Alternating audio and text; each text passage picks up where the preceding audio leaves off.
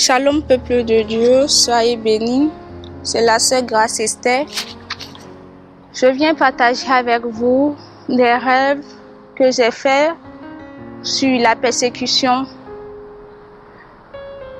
Avant de continuer, j'aimerais recommander ce moment entre les mains du Seigneur. Éternel Dieu Tout-Puissant, je te loue, je t'adore. Merci pour ta grâce, merci pour ta bonté. Merci pour ta fidélité dans nos vies. Merci pour le souffle de vie que tu as renouvelé en tout un chacun d'entre nous.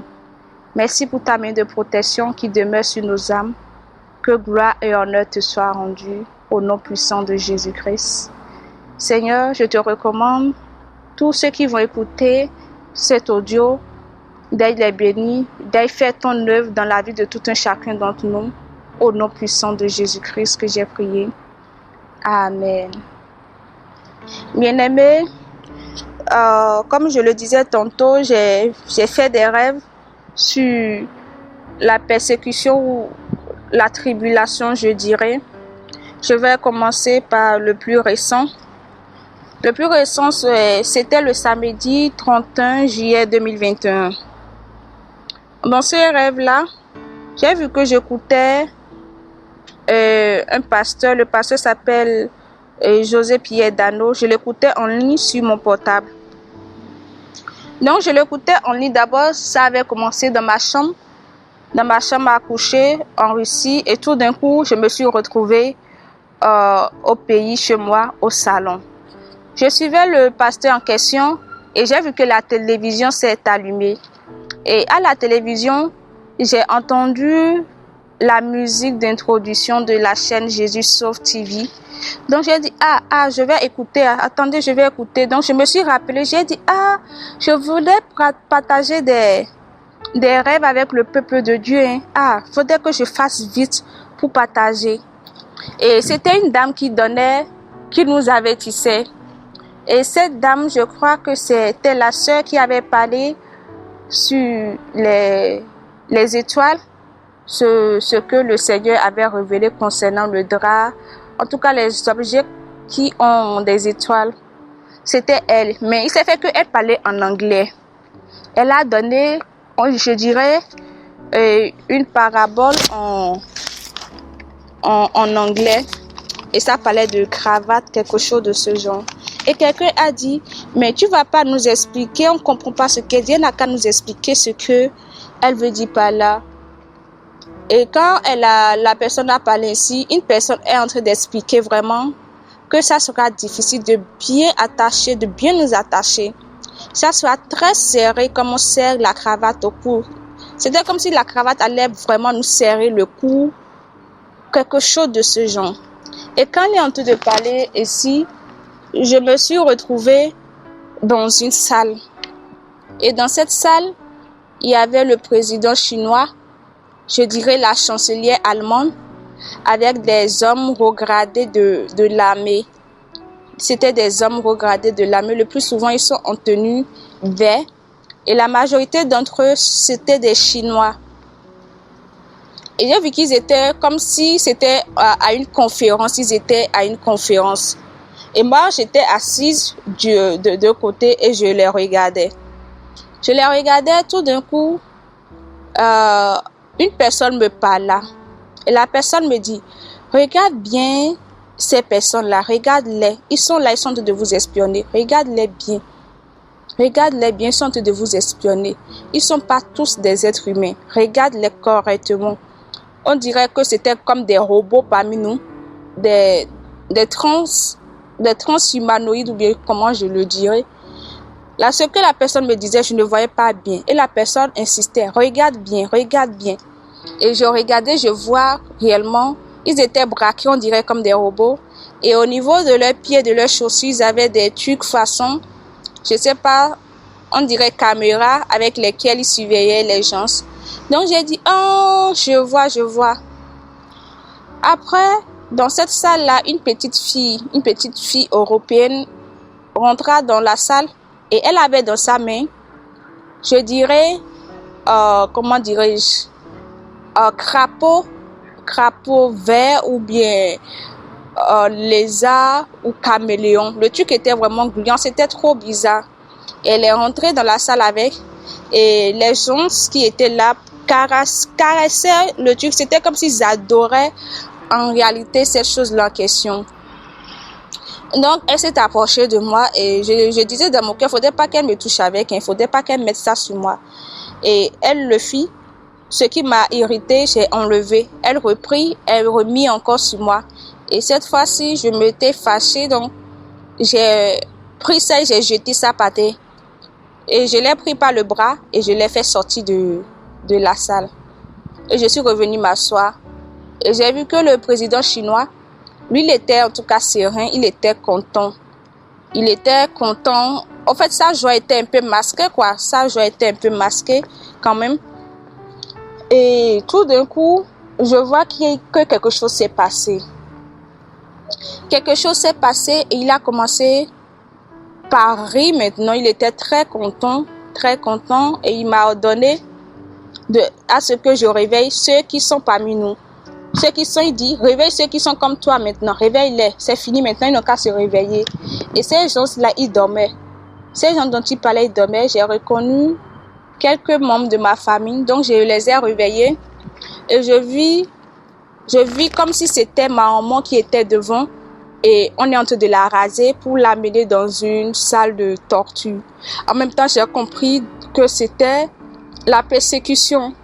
C'était la persécution de l'église pour ceux qui sont restés après l'enlèvement. Donc j'ai compris ainsi et j'ai vu que c'était comme si il me déshabillait, il voulait m'apprêter, en tout cas ils sont en train de m'apprêter pour m'amener également à comment dirais-je, à la torture. Donc ce que je disais dans mon cœur, il entendait, le président chinois en question entendait et il m'a ordonné de me taire. Tais-toi là-bas, tais-toi. Il était content et il m'a pris par le bras. Il me disait, oh ma copine, c'est toi qui es ma copine, viens pas ici, viens pas ici. Vous voyez, quand tu tombes sur ton ennemi, la manière dont tu sais que tu vas lui rendre le coup, c'était ainsi qu'il était vraiment joyeux. Et je le suivais. Et arrivé à un lieu, il y avait un monsieur qui coupait quelque chose avec un instrument avec lequel on coupe le fer. Il a demandé à ce que la personne s'approche de moi et que la personne me coupe le crâne. En fait, ils ont penché ma tête d'une manière sur quelque chose pour qu'on puisse me couper le crâne en question. Mais il a vu que je n'avais pas peur. Parce que dans mon cœur, je priais, je disais, une chose est sûre, je ne vais pas abandonner Jésus-Christ. Quel que soit ce qu'ils vont faire, je ne vais pas abandonner Jésus-Christ. Donc, il a vu que je n'ai pas eu peur. Comme il a vu que je n'ai pas eu peur, il a ordonné maintenant, allons-y, on va aller dans un autre lieu. Et ce lieu, on dirait comme un marécage. On dirait comme un marécage. Il était vraiment content et c'était lui-même en question qui s'occupait de moi. Et dans ce marécage-là, j'ai vu que la femme que j'avais vue au début, qui m'avait précédée, on l'apprêtait à la faire entrer dans le marécage. Ils ont fabriqué quelque chose dans l'enceinte du marécage et la personne va rentrer là-dedans et des crocodiles qui sont là-dedans viendront, en tout cas vont rentrer dans ce truc-là en question pour dévorer cette personne. La personne n'aura même pas une faculté de se débattre. Donc, arrivé à mon tour, c'était un peu différent. Ils avaient mis des planches façon comme des barricades au fait. Et ça allait donner un chemin proprement dit aux crocodiles pour venir me dévorer en question. Donc, je me suis rappelé de comment je regardais les films documentaires concernant les animaux, comment les animaux, d'autres tombent dans la rivière et les crocodiles viennent les dévorer. Et j'ai vu que c'est juste pour quelques secondes qu'ils ressentent la douleur et après la mort va venir s'en suivre. Donc j'ai pensé à ça. Quand j'ai pensé à ça, j'ai dit Seigneur Jésus, je ne refuse pas. Je disais ça dans mon cœur. Je disais que je ne refuse pas de mourir pour toi, mais permets au moins si je meurs réellement de rentrer dans ton royaume. Je ne refuse pas de mourir pour toi. Et quand j'ai fait cette prière ainsi, j'ai vu que le crocodile était déjà derrière moi, je dirais peut-être à 2 mètres, et ils allaient s'approcher parce que ils essayaient de le barrer pour l'instant parce qu'ils n'ont pas encore donné le feu vert. Et je me suis réveillée. Ça, c'était le premier rêve que je voulais partager avec vous. Celui-ci, je ne me rappelle pas de la date, mais c'était en cette année 2021. Je fais un rêve et dans ce rêve-là, je me suis retrouvée dans une salle de classe. Et dans cette salle de classe, j'ai vu que bon nombre étaient des militaires et il y avait beaucoup de militaires à l'extérieur avec leur voiture, tout et tout. Ils étaient là. Et dans la salle, il y avait un bouton d'alarme. Et quelqu'un a appuyé ce bouton-là par inadvertance. Et la sirène a commencé par sonner. Et tout chacun d'entre eux, ils ont commencé par courir pour sauter en même temps dans leur camion. Chacun prenait son poste. Vous voyez comme on regardait auparavant les films de guerre, quand on donne l'alarme comme ça, la manière dont ils se dépêchent, c'était comme ça dans le rêve. Et quelqu'un parlait pour dire non, c'était une erreur, c'est pas encore le moment. C'est pas encore le moment. Et subitement, tout s'est arrêté. Quand tout s'est arrêté, j'ai vu que j'ai quitté là et je me suis retrouvée dans un bâtiment. Je me suis retrouvée dans un bâtiment, on dirait un bâtiment peut-être à 3 étages. En tout cas, c'était à plusieurs niveaux. Je me rappelle pas du nombre de niveaux. Et j'ai vu que dans les salles de ces bâtiments sont en construction, ils sont en train de mettre les choses en place. Ces choses-là, c'était quoi? C'était comme des tables en aluminium, les tables de boucherie. J'ai compris que c'était pour faire la boucherie des hommes, pour faire la boucherie des êtres humains. Ils sont en plein préparatif des installations de caméras, les courants, en tout cas, toutes sortes de genres de tortures, les instruments qu'il faut et tout, ils sont en pleine préparation. Et il y avait une salle de surveillance où tout ce qui se passait, quelqu'un en tout cas sera là, en train de visualiser et tout, ou pour donner des ordres, quelque chose de ce genre. Donc, l'esprit me faisait visiter ce bâtiment-là. Beaucoup de bâtiments, c'était vraiment très bizarre. Il n'y a même pas moyen de vouloir fuir. Tu sors par ici, tu rentres ailleurs. C'est très bizarre, bien aimé. Et je descends. D'abord, j'étais montée. Après, je me suis retrouvée un peu comme dans une cour façon. Et là, il y avait des animaux sauvages. Et les animaux que j'avais bien vus, c'était les lions. C'était les lions, ils étaient vraiment nombreux. Et c'était comme s'ils étaient affamés. Et je comprenais que ces lions sont apprêtés pour pouvoir dévorer les gens. Ils vont jeter les gens dans la fosse aux lions où ils seront dévorés. Partout, il y avait des militaires. Partout, il y avait des militaires avec les armes et tout. Donc, je me sens qu'un des lions s'était approché de moi. Mais par la grâce de Dieu, je me rappelle pas comment j'ai fait quand même. Mais il n'a pas pu me manger ni me dévorer. Et je suis tombée sur un militaire. Je me suis battue avec lui, avec son âme. Et il y a eu des coups de feu. Donc, ils ont compris qu'il y a un intrus au fait. Il y a un intrus qui est dans le lieu. Donc, ils ont commencé vraiment à se dépêcher, à vouloir prendre la garde. Et j'ai vu, comment dirais-je, le mur de la clôture au fait de bâtiment. Il y a une partie qui était un peu fissurée, donc je suis sortie par là et je me suis réveillée de ce rêve. Un autre de ces rêves, je me rappelle pas aussi le jour. J'ai vu que je marchais et j'étais ici en Russie. Je marchais et j'ai trouvé des camions, les camions porte nucléaires. Oui, j'avais vu une grosse, en tout cas, si c'est un nucléaire, on dit en tout cas, un nucléaire tellement gros, c'était vraiment balèze, et c'était sur un camion. Vous voyez comme les fusées, un peu comme fusée façon, c'était vraiment balèze de ce genre. Et L'esprit tourna ma tête, je regardais derrière et je vois l'année 2017. Je vois ça en écriture dans mon esprit. Et l'esprit tourna encore ma tête devant et je vois l'année 2030. Quand j'ai vu l'année 2030 devant moi comme ça, j'ai vu qu'il y a eu la guerre. Et dans le bâtiment où je me suis retrouvée, c'était des rescapés. C'était des rescapés, il y avait vraiment la famine. Il y avait vraiment la famine et c'était vraiment très bizarre. Il y a encore des feux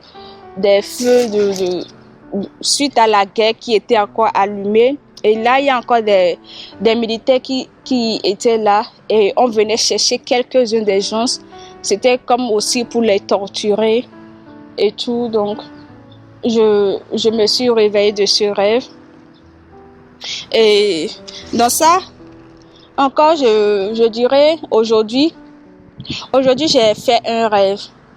Dans ce rêve-là, je me suis retrouvée aujourd'hui à la date du mercredi 4 août 2021. Dans ce rêve-là, je me suis encore retrouvée chez moi et j'ai vu que les Européens venaient en Afrique. Ils venaient en Afrique par voie maritime, par voie aérienne. Ils venaient avec leurs instruments de guerre. En tout cas, ils se préparaient. Ils se préparaient. Donc, quand j'ai vu comme ça, je disais dans mon cœur, j'ai dit dans mon cœur, voilà la guerre en train d'arriver. La dernière fois, j'ai dit aux gens, je me suis rappelé que physiquement, j'avais fait dans mon statut que vraiment la guerre arrive, la guerre sommeille. Répondons-nous, j'avais fait un statut de ce genre et je disais, ils ne m'ont pas écouté, voilà, et j'ai vu qu'ils sont en train de mettre en place le système, en tout cas, pour attaquer les Africains. C'était en tout cas en Afrique qu'ils sont en train de préparer leur coup. Donc, j'étais en train de marcher et j'entendais la voix de monsieur. Et le monsieur donnait des renseignements, au fait. C'était comme s'il vivait en Europe et il était peut-être dans l'enceinte des gouvernements européen et il a connu beaucoup de choses, mais il a fui de l'Europe pour venir se réfugier en Afrique. Donc il se cachait et il donnait des informations. Voilà ce qu'il veut faire, voilà ce qu'il veut faire de nous et tout. Mais il y a peu de gens qui l'écoutaient, ce monsieur en question. Il y a peu de gens qui l'écoutaient. Et j'ai dit, si le monsieur peut me donner vraiment son email pour que je puisse le contacter.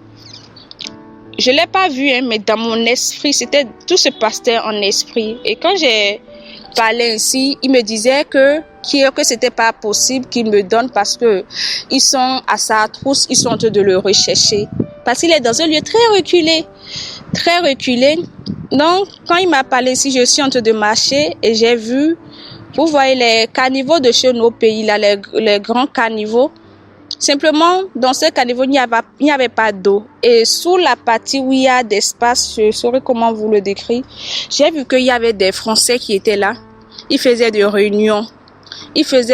C'était comme des plans stratégiques qu'ils sont en train de faire pour faire, en tout cas pour voir comment ils vont bien nous attaquer et tout. Et ils sont en train de parler à la population indigène, je dirais. Et une voix me dit que tout cela, c'est avec la complicité de nos chefs, de nos chefs d'État. Et quand la voix me parlait ici, je vis comme un écran, je sais pas, en tout cas, comme un film qui est en train de se dérouler. Et je vois que ces gens-là, ils sont allés dans les villages, dans les lieux reculés, pour faire des expérimentations sur les enfants noirs. Et la majorité d'entre eux, c'était des enfants garçons et ils prenaient des seringues comme s'ils mettaient ça dans le sexe. C'était vraiment bizarre. C'était des gens vraiment qui sont dans la nécessité, des gens vraiment qui sont vraiment dans la nécessité. Là-bas me disait que c'est avec la complicité de nos dirigeants que tout cela se passe. Et j'ai vu que sur les enfants, il y a des déformations au niveau de la main. En tout cas, chacun avait une déformation d'une manière bizarre. Et tout à coup, j'ai vu que les hommes armés africains avec les blancs, ils ont commencé par tirer. La guerre a éclaté. Ça tirait de partout. Ça tirait de partout. Donc, on courait pour se réfugier. Donc, je me suis dit, je serais en train de courir, peut-être, et comment dirais-je, une balle peut m'atteindre. Je vais me coucher par terre, je vais me coucher même, et je réfléchissais, et si je me couchais aussi par terre là, quelque chose, une des balles peut aussi me toucher. Je réfléchissais ainsi, et j'ai vu que monsieur est venu avec une couverture, et la personne m'a couverte, et sur cette couverture, il y avait aussi d'autres personnes aussi venaient, on s'entassait, en tout cas on s'entassait sous la couverture de ce monsieur en question. Et le monsieur, c'était comme si c'était le monsieur qui donnait les informations, nous avertissait. On dirait que c'était le monsieur en question. Et j'étais là, couché, et je priais Dieu. Je priais Dieu. Quand je priais Dieu, une chanson est venue dans mon cœur. La chanson qui dit « Je ne vous laisserai pas orphelin. Je ne vous laisserai pas orphelin. » C'était la chanson qui déroulait en fait dans mon cœur, et j'ai commencé par chanter la chanson. Avant de partir, Jésus dit ceci. Donc ainsi de suite, je chantais. Quand je chantais ainsi, j'ai vu que les coups de feu ont stoppé en l'air. En tout cas, les coups de feu ont stoppé. Et j'ai vu maintenant des oiseaux qui volaient au niveau du ciel. Et j'ai dit, c'est l'Éternel qui les a envoyés. J'étais rassurée, arrivé à un moment donné, j'étais vraiment rassurée. Et une voix qui disait que c'est juste le premier round. Que cette fois-ci là même là, que la guerre va s'étendre partout. Même chez eux en Europe, là-bas, la guerre vient pour eux. Que tous les immeubles, les gratte-ciels, tout va s'écrouler. Donc, je me suis réveillée de ce rêve aujourd'hui, et j'ai jugé important de partager avec le peuple de Dieu, parce que le Seigneur ne cesse pas de nous avertir. Et vraiment, que chacun d'entre nous essaye de revoir encore sa marche avec le Seigneur, parce que le Seigneur a dit qu'il viendra prendre un peuple sans tache ni ride. Bien-aimés, demandons au Seigneur ce que nous faisons qui ne lui plaît pas, qui pourra nous amener à rater l'enlèvement, à ne pas être sauvé. Ça peut être l'enlèvement, ça peut être notre mort. En tout cas, prions le Seigneur. Bien-aimé, je l'ai fait, le Seigneur m'a répondu. Il m'a révélé vraiment les choses dont je fais. Il est passé par le biais d'une autre sœur pour me le révéler.